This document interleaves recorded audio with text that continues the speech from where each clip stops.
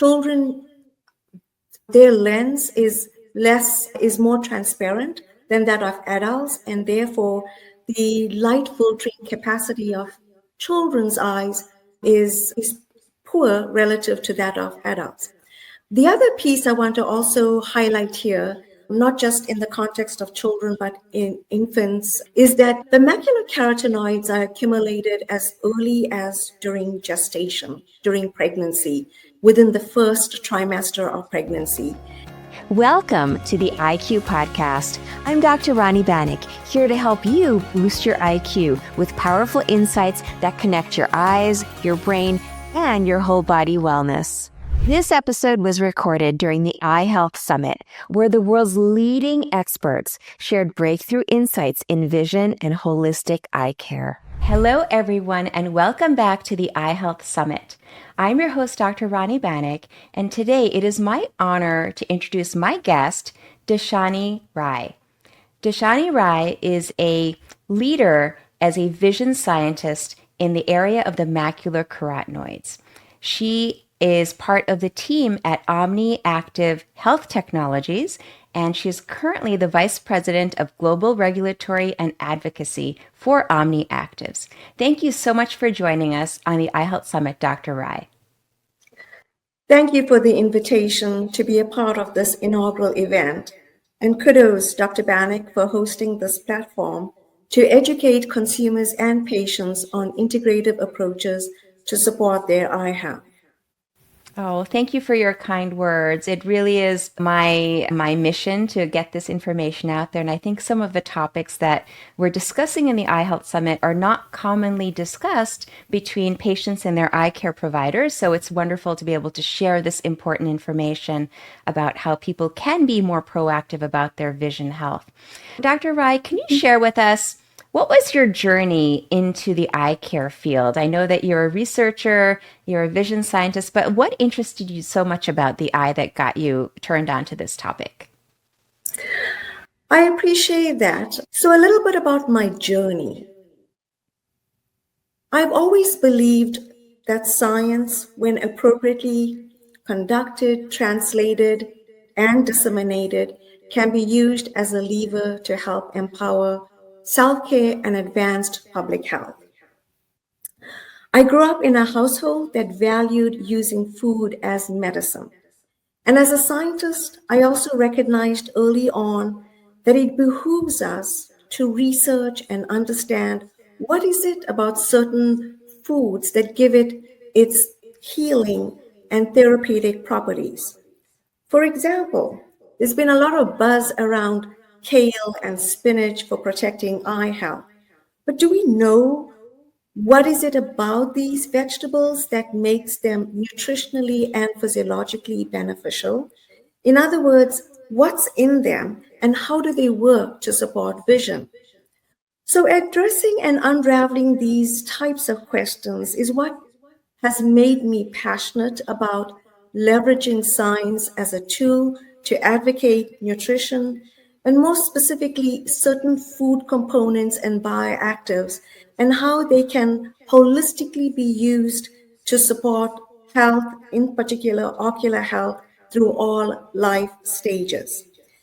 And in addition to that, I also want to highlight that I'm a firm believer in the power of connections and collaborations with fellow scientists from academia, government, regulatory agencies, and trade organizations, and how we can all work together to deliver and amplify meaning scientific messages for the benefits of ocular health and therefore public health. Thank you for sharing those insights into your journey, Dr. Rai. Really, I'm completely in alignment with you when you mentioned the topic of food as medicine. I myself have seen the incredible benefits of shifting one's diet to a healthier diet to include some of these nutrients, as you mentioned, bioactives, to help promote health and prevent against disease. Now, when it comes to food as medicine, a lot of people have heard about certain types of nutrients that are good for our bodies. For example, vitamin D or the omega fatty acids, particularly DHA and EPA. But many people, unfortunately, have not heard about the macular carotenoids, which are so important, so critical for healthy vision. I'm going to pick your brain a little bit here about these macular carotenoids. First, could you give us an overview about what they are, what types of compounds are these, and what role do they play in eye health? And then we'll move on to how can we get these nutrients in our diets. Excellent question, and very worthy of a simple but maybe somewhat lengthy explanation. So let me unpack the answer by first defining the term macular, and then subsequently I'll do the same for carotenoids so that we can fully appreciate the unique function in the context of eye health. So macula is derived from the word macula. The macula is a tiny oval-shaped pigmented area within the retina at the back of the eye. The macula is responsible for our central and high-resolution vision, which is essential for everyday tasks such as reading, driving, including driving at night, recognizing faces, and seeing the fine details of objects, especially those that are at a distance. The macula is densely packed with photoreceptor cells, the rods and the cones, and it is strategically located close to the optic nerve to facilitate that eye-brain crosstalk and communication. Now, since the macula is responsible for our central vision, if there's any reduced macular pigment or if there's degeneration of the macula, central vision is compromised. And eventually, this can result in distorted vision or blindness. In fact, age-related macular degeneration is one of the most common causes of central vision loss. So that's the macula and what it does. Now let's turn our attention to carotenoids. Carotenoids are pigments made mainly by plants, and they are what gives the plants their red, orange, and yellow colors. Carotenoids help plants absorb light energy for the purposes of photosynthesis. The most common carotenoids in the North American diets are lutein, zeaxanthin, beta-carotene, lycopene, and astaxanthin. The structural makeup of these carotenoids allows them to be effective quenchers of free radicals. What are free radicals? These are molecules that are generated in the body as a result of metabolic reactions and cellular processes. Therefore, because of their structure, these carotenoids are commonly characterized as antioxidants. But lutein and zeaxanthin are unlike these other carotenoids, beta-carotene, astaxanthin, lycopene. And lutein and zeaxanthin have a couple of unique attributes that are exclusive only to lutein and zeaxanthin. So for example, once we consume and digest the carotenoids from our diets and or from supplements, only lutein and zeaxanthin makes its way to the macula where it is selectively accumulated. No other carotenoid, not beta-carotene, not lycopene, not astaxanthin, is deposited in the macula. This is why lutein and zeaxanthin are referred to as macular carotenoids. Now, this would be a good time to highlight that these macular carotenoids, lutein and zeaxanthin, cannot be made by the human body. And we are therefore exclusively dependent on our diets, especially certain types of vegetables and fruits and some types of nuts, for example, pistachios, for maintaining adequate levels in the macula. Now, to address the other part of your question, Why are macular carotenoids important for our eyes? I talked about one of the unique aspects of lutein and zeaxanthin is that they are the only carotenoids deposited in the macula within the eye.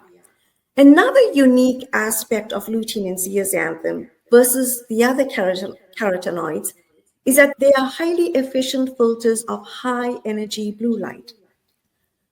Blue light is all around us, with the most common sources being sunlight, fluorescent lights, and the display screens of digital devices such as TVs, computers, smartphones, ebooks, etc. So why does that matter? The lens of the eye is very efficient in blocking out UV light, but not so good when it comes to blue light. So most blue light that hits the eye passes through the lens and falls on the retina. And if left unattended, repeated blue light exposure can cause oxidative stress and compromise retinal structure and retinal function. This is where lutein and zeaxanthin's accumulation in the macula becomes relevant, wherein these carotenoids absorb and filter out the blue light to protect the retina and support visual function. Now, also remember, the eye is a highly metabolic organ and therefore vulnerable to oxidative stress.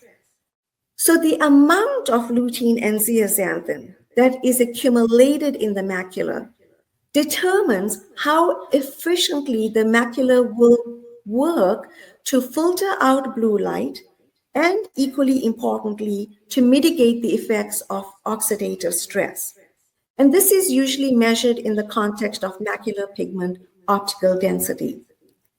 Studies show that lower macular pigment optical densities are directly linked to the lutein and zeaxanthin in the diet, and in turn is correlated with markers of vision performance, such as your ability to recover your vision after looking at bright lights, such as sunlight, or when you're driving at night, the ability to see during low light conditions, and also your macular pigment optical density dictates to a large extent the prevalence and severity of digital eye strain because of digital device use.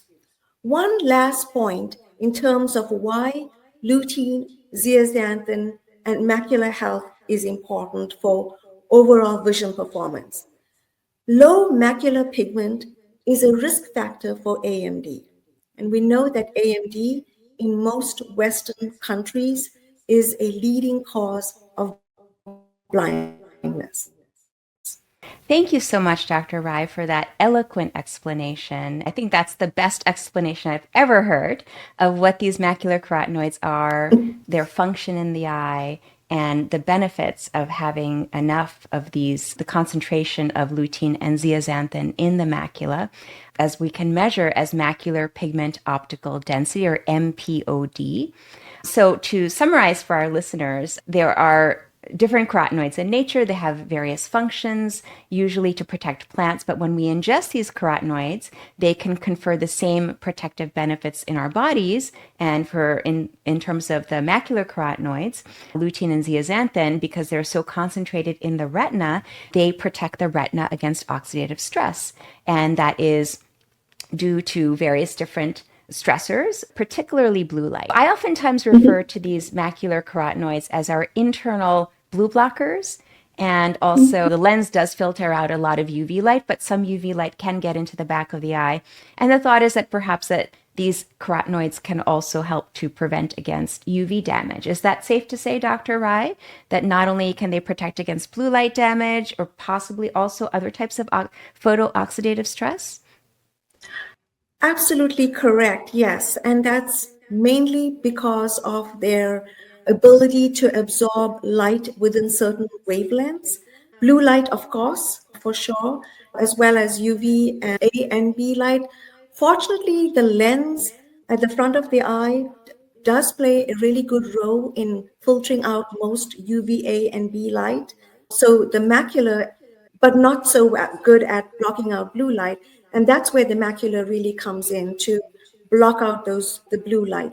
And talking about blue light and digital devices, I do want to highlight at this time, I think this may be the right time to mention this, that blue light blocking glasses are not effective in blocking blue light in the context of mitigating digital eye strain. It is not recommended, mainly because of the absence of data to show a benefit. Yes, and there have been multiple studies that have failed to show benefit of these blue blocking glasses in preventing many of the symptoms of digital eye strain. Whereas on the flip side, as you mentioned, Dr. Rai, there are studies to show that these pigments, when we get them in our diet or perhaps from supplementation, which we'll talk about in a moment, can help to relieve some of those symptoms of digital eye strain. I wanted to just, before we move on more about supplementation, I wanted to have you share with our listeners, you mentioned macular degeneration and how these pigments have been shown to help to protect against macular degeneration. What is the recommended intake for these nutrients or these bioactive compounds from our diet on a daily basis? Are there any generalized recommendations for lutein and zeaxanthin intake? Yeah, in the context of AMD and to a large extent cataract, there's a compelling body of scientific and clinical evidence which points to a minimum of 10 milligrams of lutein and 2 milligrams of zeaxanthin per day. I'm really glad you brought up the topic of age-related macular degeneration. The CDC, according to the CDC, more than 90 million Americans over 40 years of age have vision and eye problems.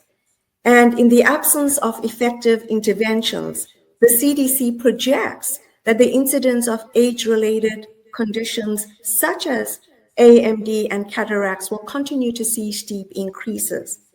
And in that vein, the CDC has launched the Vision Health Initiative describing vision loss as a public health problem.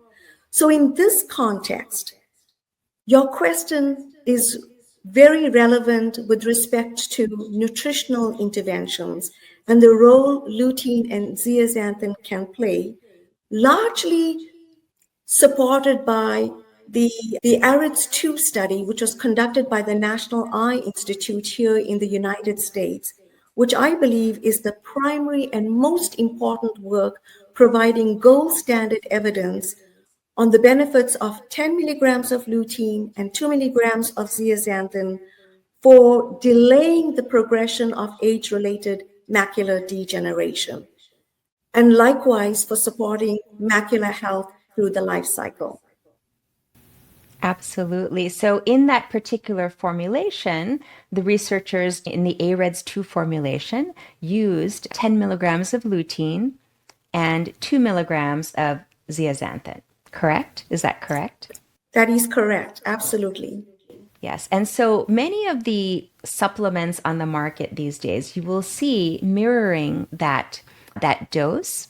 However, I wanted to point out and ask you, Dr. Rai, there is a third macular carotenoid as well, which is known as meso-zeaxanthin. Can you tell us a little bit more about that and its role and how we can perhaps obtain that from diet or supplementation? I really appreciate you asking the question, because when I talk about lutein and zeaxanthin for vision, I typically reference zeaxanthin in the context of zeaxanthin isomers. So you have lutein and you have zeaxanthin isomers. There are the zeaxanthin isomers, the way I like to reference them, are like two sister compounds that work in concert to support macular health. Meso-zeaxanthin is naturally found in the diet, albeit less abundantly than lutein and RR zeaxanthin. So you have the two isomers of zeaxanthin, you have RR zeaxanthin, and you have RS meso-zeaxanthin. Again, two sister molecules of zeaxanthin. Their relevance, as demonstrated by very elegant research from Dr. Paul Bernstein's lab and others, is that is their strategic location within the macula. And I like to describe it again in the context of real estate. It's all about location. And when you look at how these lutein and zeaxanthin molecules orientate in the eye, you have meso-zeaxanthin that's at the center. You have RRRR zeaxanthin around the meso-zeaxanthin, and then the lutein comes in and encircles at the periphery. So, Dr. Rai, I like to oftentimes describe this to my patients as you think of the macula as a bullseye. So, you have the very center of the bullseye, which is the meso-zeaxanthin, that one isomer, the RS zeaxanthin isomer. And then on the next circle outwards, you have the zeaxanthin or the RR isomer. And then outside of that is lutein. Is that safe to say, Dr. Rai? Is that correct? Very well described. Correct. Yes. The two isomers of zeaxanthin, their sister compounds, are they interchangeable? For example, if we're having enough sources of zeaxanthin in our diet, for example, can that be translated into more meso-zeaxanthin? Or how do we get the meso-zeaxanthin in our system, in our eyes? There is an ability of the eye to convert lutein into meso-zeaxanthin, and this happens within the eye. Having said that, the conversion efficiency of lutein being converted to meso-zeaxanthin is relatively poor, which therefore makes logical sense to achieve meso-zeaxanthin from the diet. And when not possible through the diet, that's when you rely on supplementation. Most supplements, most lutein and zeaxanthin supplements typically would have lutein and RR zeaxanthin. Few macular carotenoid ingredients like Glutamax 2020 will contain all three macular carotenoids: lutein, RR zeaxanthin, and RS meso-zeaxanthin. So yes, you can get zeaxanthin, RR zeaxanthin from the diet, but that does not necessarily mean you're also getting RS meso-zeaxanthin. Understood. Thank you for clarifying that. Dr. Rai, this has been such an intriguing conversation about the macular carotenoids and their benefits for our eye health. We're going to take a very short break, hear from our sponsor, OmniActives, and then we'll be right back with more on the Eye Health Summit. So please stay tuned. Did you know that most adults spend over 10 hours a day on devices? In our screen-dominated world, meet your eye's new ally, Fortify. Fortify is designed to defend your macula against blue light with a potent blend of lutein, zeaxanthin, meso-zeaxanthin, and astaxanthin. Fortify also helps to support your optic nerve, retina, and cornea with maca and bilberry extracts, ginkgo biloba, and a powerful form of vitamin E called tocotrienol. From teens to adults, Fortify empowers you for healthier screen time. I'm Dr. Rani. Don't let screens dim your view. See the world without limits with Fortify. Science in every capsule. Act now. Visit my website to learn more about Fortify's powerful ingredients and to purchase. Let Fortify be your partner against blue light. Fortify, empowering your vision. Welcome back, everyone, to the Eye Health Summit. Today, we're learning all about the macular carotenoids with our expert guest, Dr. Deshanie Rai. So, Dr. Rai, you were explaining earlier about how these macular carotenoids have been shown in numerous studies to help protect against conditions like age-related macular degeneration and even digital eye strain. Now, what about, there has been some more recent research about the use of these carotenoids for children and maybe some of the benefits that they may experience with these carotenoids. Can you explain a little bit more about those research studies that you and OmniActives were involved with?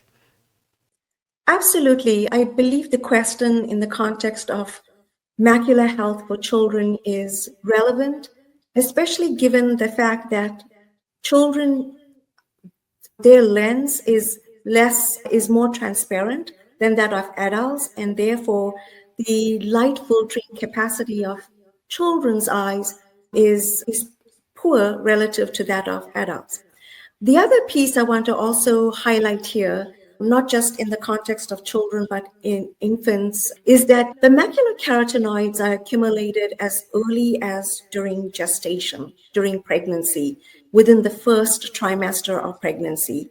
And the macular carotenoids, lutein and zeaxanthin, continue to pass between mother and baby even during the breastfeeding period. And studies show that the amount of lutein and zeaxanthin that's passed to the developing fetus and or the developing baby depends to a very large extent on what the mom's eating in her diet. Now, coming fast forward that to the children's study, the study you reference is the first clinical study providing evidence for the benefits of lutein and zeaxanthin supplementation in children. There have been a bunch of observational studies and epi data speculating that lutein and zeaxanthin can be beneficial in children similar to its benefits in adults. But there have been no supplementation studies to concretely demonstrate that link. And so specifically what we observed was that supplementation with Lutemax 2020 as the sole source of macular carotenoids in the diet was able to increase macular pigment optical density in these children. And we talked about macular pigment optical density, and I talked about how important it is in the context of vision performance. We also observed that Lutemax 2020, lutein, and the zeaxanthin isomers supplementation improved visual processing speed and reduced eye fatigue and eye strain as a result of digital device use. And as you correctly pointed out, these outcomes replicate earlier macular carotenoid supplementation studies showing similar benefits for both visual performance and cognition in adults. And I'll touch on cognition in a few seconds. But the goal here is that the study essentially demonstrated that Lutemax 2020 supplementation promoted aspects of cognition related to memory and concentration. And these findings are really interesting because they are corroborated by earlier observational data showing that children who have higher dietary intakes of lutein had better cognitive function and performance versus those who had lower dietary intakes of lutein. And the benefits of lutein, and I call them neuroprotective benefits of lutein, is not surprising, since lutein is also preferentially accumulated in areas of the brain, such as the hippocampus and the frontal cortex, areas that are actively involved in learning and processing information. Now, the findings are especially overall, collectively, the findings are especially relevant for two key reasons. Number one, most children in the United States, as well as in other countries, are not receiving adequate intakes of lutein and zeaxanthin from the daily diets. And secondly, most children exceed the 2-hour daily screen time limit recommended by the American Academy of Pediatrics.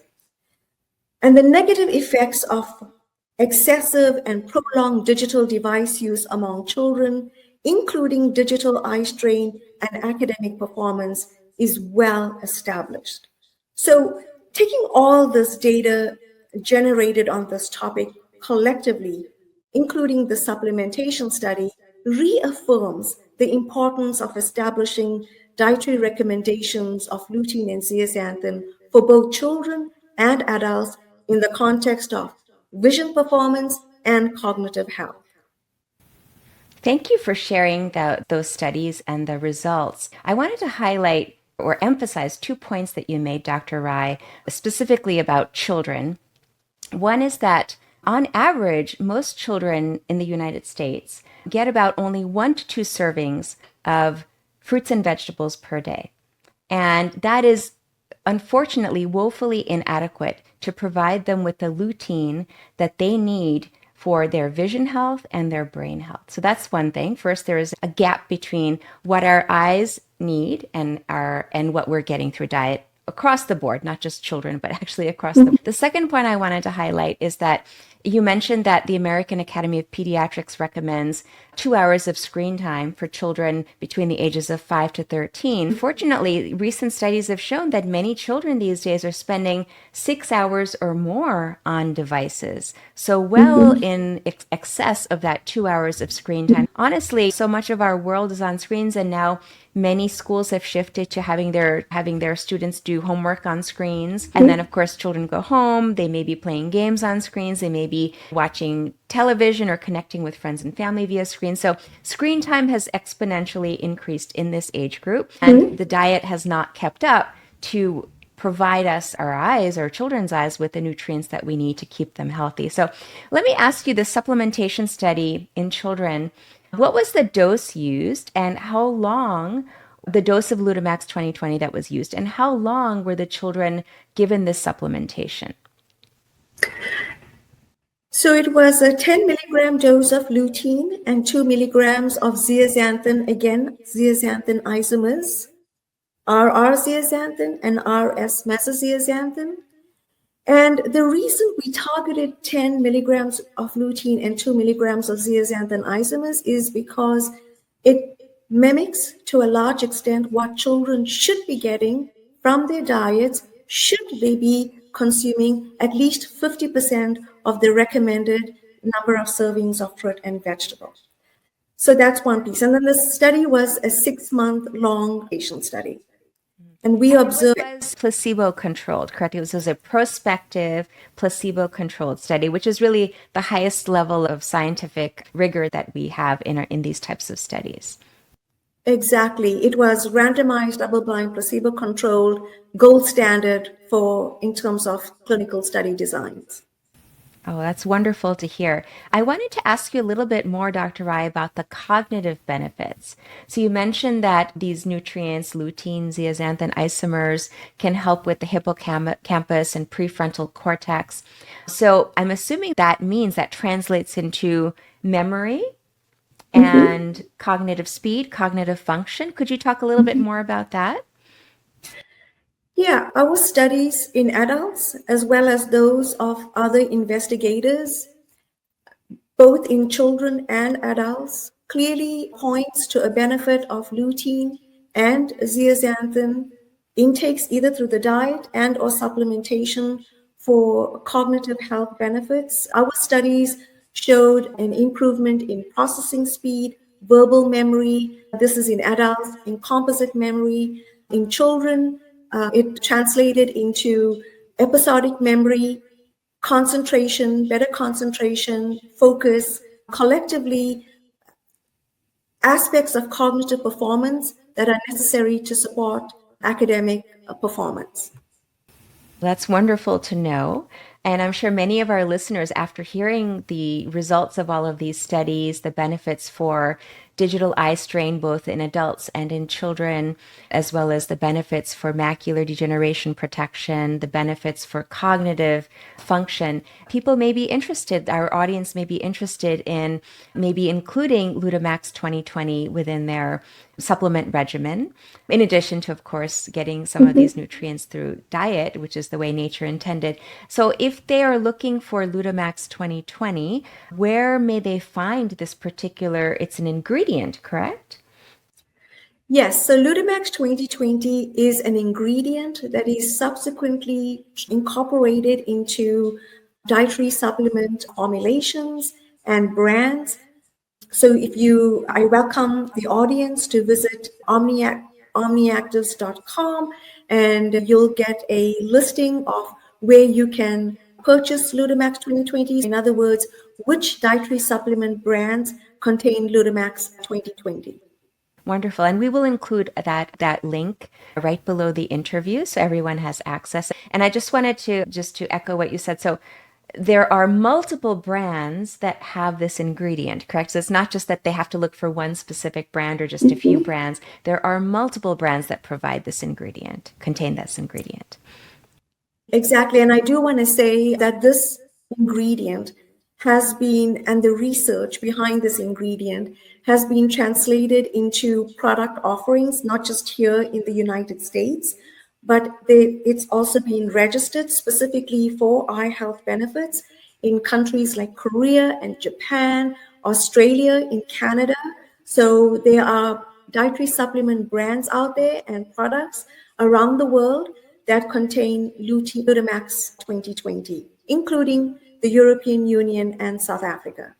Wonderful. It's so reassuring to know that this is a globally really sought after ingredient, because there's so much research behind it. There's been so much work that's gone into showing the many multiple benefits, again, not just vision health benefits, but cognitive benefits as well.